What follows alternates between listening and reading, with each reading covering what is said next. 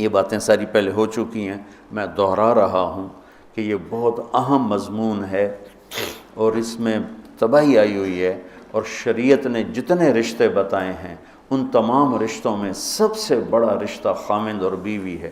والدین کا بھی اتنا اہمیت قرآن نے نہیں بیان کی، بہن بھائیوں کی اتنی اہمیت بیان نہیں کی کہ والدین کے لیے چند آیات، بہن بھائیوں کے لیے چند آیات، باقی رشتوں کے لیے چند آیات، اور خامند بیوی کے لیے سینکڑوں آیات ہیں، سینکڑوں۔ قرآن بھرا پڑا ہے کہ یہ رشتہ بچ جائے، چونکہ باقی رشتے ٹوٹتے نہیں، یہ ٹوٹ جاتا ہے۔ میرا باپ سے رشتہ، میری اطاعت اور فرما برداری ہو یا نافرمانی ہو، میں اپنے باپ کا بیٹا ہوں۔ میں اپنی ماں کو تنگ کرتا ہوں یا خوش رکھتا ہوں، میں اپنی ماں کا بیٹا ہوں، یہ رشتہ نہیں ٹوٹتا۔ میری بھائی سے لڑائی ہے یا صلح ہے، یہ رشتہ نہیں ٹوٹتا، لیکن خامند بیوی کا رشتہ ٹوٹ جاتا ہے، ایک بول پہ ٹوٹ جاتا ہے۔ تو ایک بات رہ گئی تھی کہ لباس آدمی اپنی پسند کا خریدتا ہے۔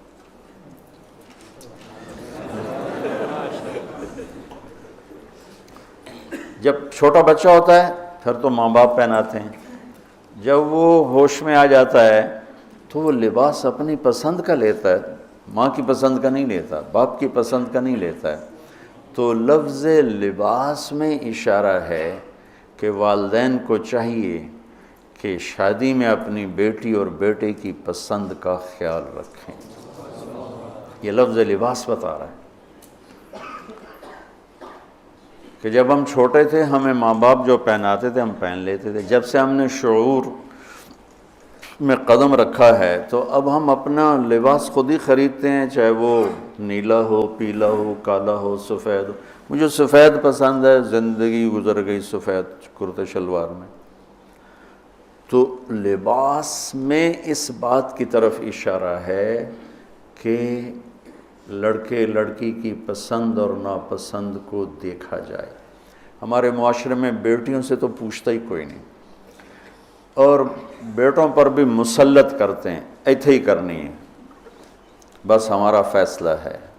والدین سے کہتا ہوں اللہ کے واسطے، یہ اللہ نے شریعت نے حق رکھا ہے بچے کا، میں نے قبول کیا، لڑکا کہتا ہے، باپ تو نہیں کہتا ہے۔ تو جس نے کہنا ہے میں نے قبول کیا تو وہ قبول تو کرے۔ ایک صحابی نے آ کے عرض کی یا رسول اللہ میں نے وہ نکاح کا پیغام دیا ہے، تو آپ نے فرمایا تو نے وہ لڑکی کو دیکھا ہے؟ کہا جی نہیں۔ آپ نے کہا دیکھ لو، کہ تم نے زندگی گزارنی ہے، دیکھ لو۔ اتنی گنجائش رکھیے کہ لڑکا لڑکی بیٹھیں، آپس میں بیٹھیں، ایک دوسرے کو دیکھ لیں، بات چیت کر لیں، تو انہوں نے زندگی گزارنی ہے۔ تو ہمارا ماحول ہے کہ یہ بھی ہندو سے آیا ہوا معاشرہ ہے کہ وہ ذات پات میں پھنسے ہوئے تھے، بس ہم نے راجپوتوں میں کرنا اور کہیں نہیں کرنا، ہم نے جاٹوں میں کرنا اور کہیں نہیں کرنا، ہم نے ارائیوں میں کرنا اور کہیں نہیں کرنا، ہم یہ ہیں، ہم اس کے علاوہ اور کہیں نہیں کرتے۔ یہ پورے ہمارے ماحول میں ایک چیز رچی ہوئی ہے۔ کتنے بچے میرے پاس آتے ہیں، بچیوں کے فون آتے ہیں، ماں باپ زبردستی شادی کر رہے ہیں، میرا دل نہیں کر رہا لیکن وہ زبردستی کر رہے ہیں۔ تو اگر زبردستی کریں تو پھر مان جاؤ، قربانی دے دو، پھر بغاوت نہ کرو، قربانی دے دو۔ چونکہ ایک اس کے ضد میں انتہا کی بات ہو رہی، وہ ہے کورٹ میرج، کہ بعض بچے بچیاں اتنے باغی ہو جاتے ہیں کہ وہ عدالت میں جا کے اپنا نکاح کر لیتے ہیں۔ میں اس کو ٹھیک نہیں سمجھتا کہ ماں باپ کی دعائیں ہمیشہ کے لیے ختم ہو جائیں گی۔ ماں باپ زیادتی کرنے پر آ گئے ہیں، مان جاؤ اور اللہ سے مانگو، اللہ پاک اس میں آپ کے لیے بہتری کی شکلیں بتائے گا۔ اس کیمرے کے ذریعے سے لوگ جو سن رہے ہیں، سارا ملک تو نہیں سن رہا ہے لیکن جو سن رہے ہیں، یہ شادی بچے کا معاملہ ہے، بچی کا معاملہ، اللہ کے واسطے پوچھا کرو، پوچھے بغیر کرنا زیادتی ہے۔ میرا نبی کی حدیث سناتا ہوں، ما تزوجت وما زوجت الا بوحی من السماء نزل به جبریل۔ میں نے شادی کی یا بیٹی کی شادی کی، پہلے آسمان سے وحی آئی، جبریل آئے، پیغام لائے، حکم لائے، پھر میں نے یہ کام کیا۔ ٹھیک۔ حضرت علی رضی اللہ تعالیٰ عنہ پیغام لے کر آئے ہیں۔ پہلے ابوبکر صدیق نے رشتہ مانگا، آپ خاموش یعنی انکار۔ عمر رضی اللہ تعالیٰ عنہ نے بات کی، خاموش یعنی انکار۔ عبد الرحمن بن عوف نے حضرت علی سے کہا تم جاؤ۔ وہ فرمانے لگے میں تو بہت غریب ہوں، میرا تو گھر بھی اپنا نہیں، مجھے دے دیں گے؟ کہاں دے دیں گے، تم جاؤ۔ تو حضرت علی تشریف لائے اور آ کے بیٹھے تو شرم کی وجہ سے بولا ہی نہ گیا۔ تو آپ نے فرمایا علی کیسے آئے؟ وہ چپ۔ اب آپ کو تو پتہ تھا علی کیسے آئے، آپ تو اندر دیکھ رہے ہیں۔ تو آپ نے فرمایا لگتا ہے تم فاطمہ کے رشتے کے لیے آئے ہوگے؟ کہا جی ہاں۔ تو آپ نے کہا انشاءاللہ، اور یہ کہہ کر اٹھ گئے۔ تو حضرت علی باہر تشریف لے گئے، صحابہ کھڑے ہوئے تھے انتظار میں، کیا ہوا؟ تو فرمایا انکار ہو گیا۔ کہنے لگے کیسے؟ کہا کچھ بولے ہی نہیں۔ تو عبد الرحمن بن عوف کہنے لگے کچھ تو بولے ہوں گے؟ کہا بس انشاءاللہ کہا تھا۔ کہا تو پھر بس مبارک ہو گیا کام۔ تو حضرت علی نے پوچھا وہ کیسے؟ کہا اس لیے کہ نبی کا انشاءاللہ ہاں ہوتا ہے، لہذا تیرا کام ہو گیا۔ اچھا اب بچوں، میرے بچوں سنو، جبریل آ چکے ہیں کہ اللہ فرما رہے ہیں کہ یہ رشتہ یوں ہونا ہے، وہیں ہاں کر دیتے۔ اللہ کے امر کے بعد تو کوئی گنجائش ہی نہیں، وہیں ہاں کر دیتے۔ یہاں کیوں نہیں کی؟ گھر گئے، بیٹی فاطمہ علی کا رشتہ آیا ہے، ہاں کر دوں؟ سبحان اللہ، سبحان اللہ، کمال ہو گیا۔ فاطمہ کا رشتہ آیا ہے، علی کا رشتہ آیا ہے، ہاں کر دوں؟ آپ کا کیا خیال ہے حضرت فاطمہ نے انکار کرنا تھا؟ جنت کی سردار، نبی کے جگر کا ٹکڑا، وہ انکار کرتے ہیں؟ یہ تو آج کی بچے ہماری بیچاری چپ کر کے بیٹھ جاتی ہے، اچھا جی میں تھوڑی مرضی۔ اور وہاں ہمیں تو پتہ نہیں کہ وہی کیا ہے، یہاں تو وہی آ چکی ہے کہ علی اور فاطمہ کی جوڑی آسمان پہ طے ہو چکی ہے۔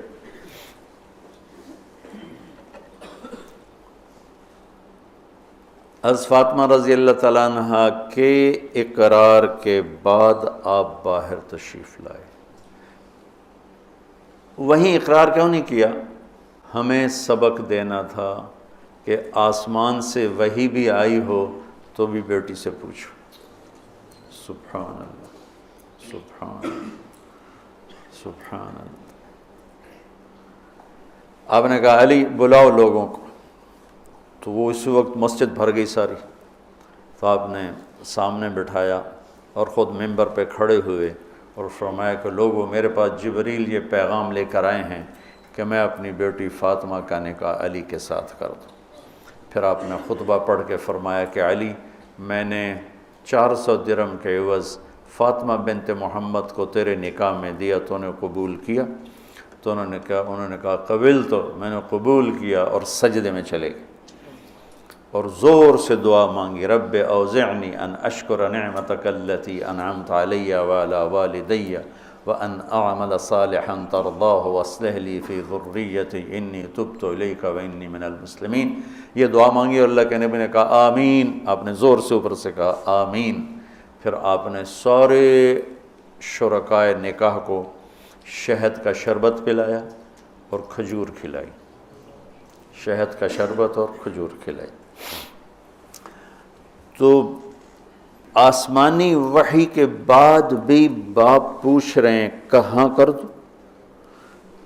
تو ہمارے پاس تو وحی نہیں ہے، اور ایک بچی نے زندگی گزارنی، ایک بچے نے زندگی گزارنی، اور ماں باپ ان کی وہ رائے کے خلاف اولاد بولے تو وہ کہتے ہیں یہ گستاخ ہو گئے ہیں، یہ نافرمان ہو گئے ہیں۔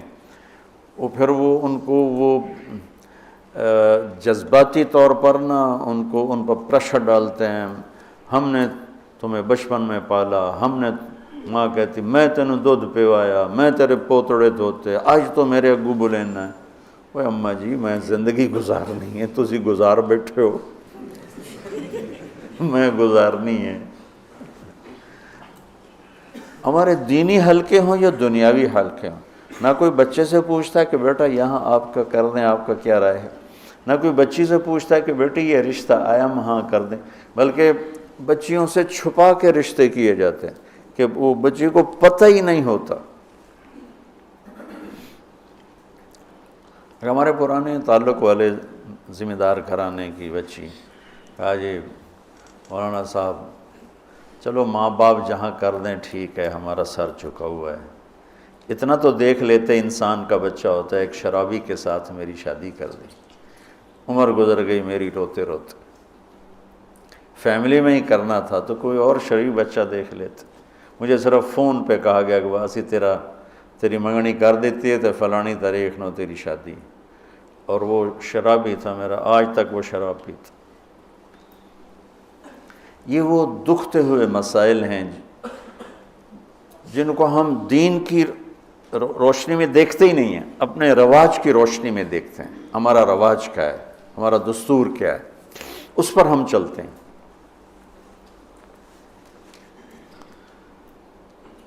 تو میرے نبی نے ہم عمر سے شادی کی، سودا،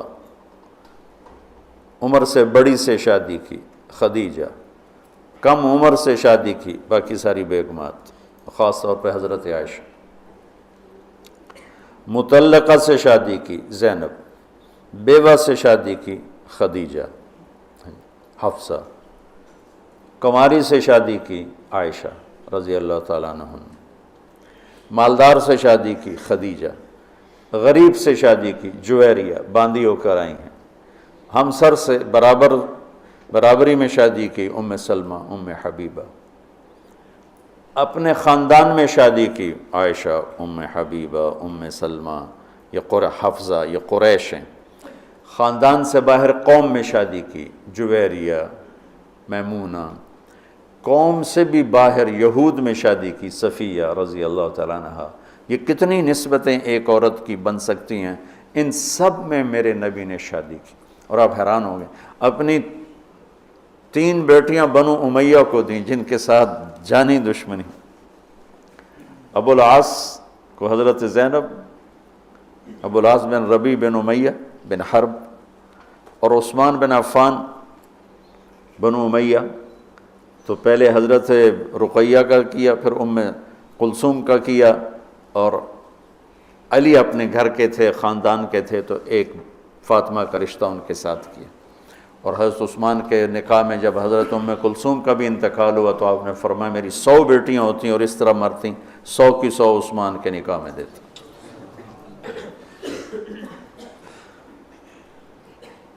یہ معاشرت کے احکام کو اللہ روزے کے درمیان لے کر آئے، اوپر بھی روزہ ہے، نیچے بھی روزہ ہے، اور اس کے بیچ میں اللہ تبارک و تعالی ہمیں یہ دکھا رہا ہے کہ معاشرت عبادات کی طرح ہے، عبادت کی طرح ہے۔ معاشرت خوبصورت نہیں ہوگی تو ہمارا دین خوبصورت نہیں ہوگا۔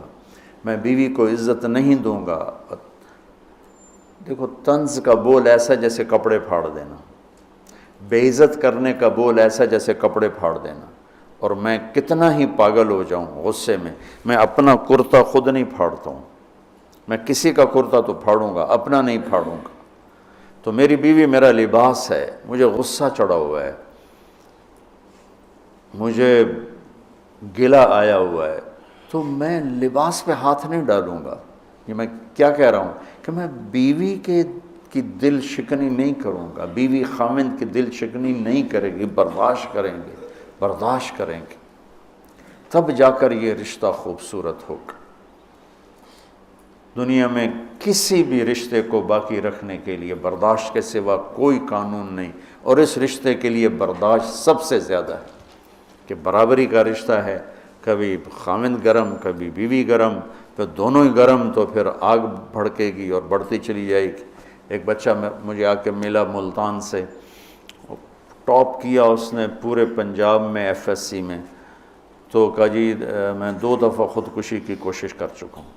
میں نے کہا تم اتنے پڑھنے لکھنے والے بچے، تم کیوں خودکشی؟ کہا جی میرے ماں باپ دونوں آپس میں اتنا لڑتے ہیں کہ ان کی لڑائی سے بددل ہو کر میں نے 2 دفعہ خودکشی کی کوشش کی۔ تو میرے نبی نے 11 گھر آباد کر کے ہمیں زندگی سکھائی ہے کہ اس خوبصورت رشتے کو کیسے نبھانا ہے۔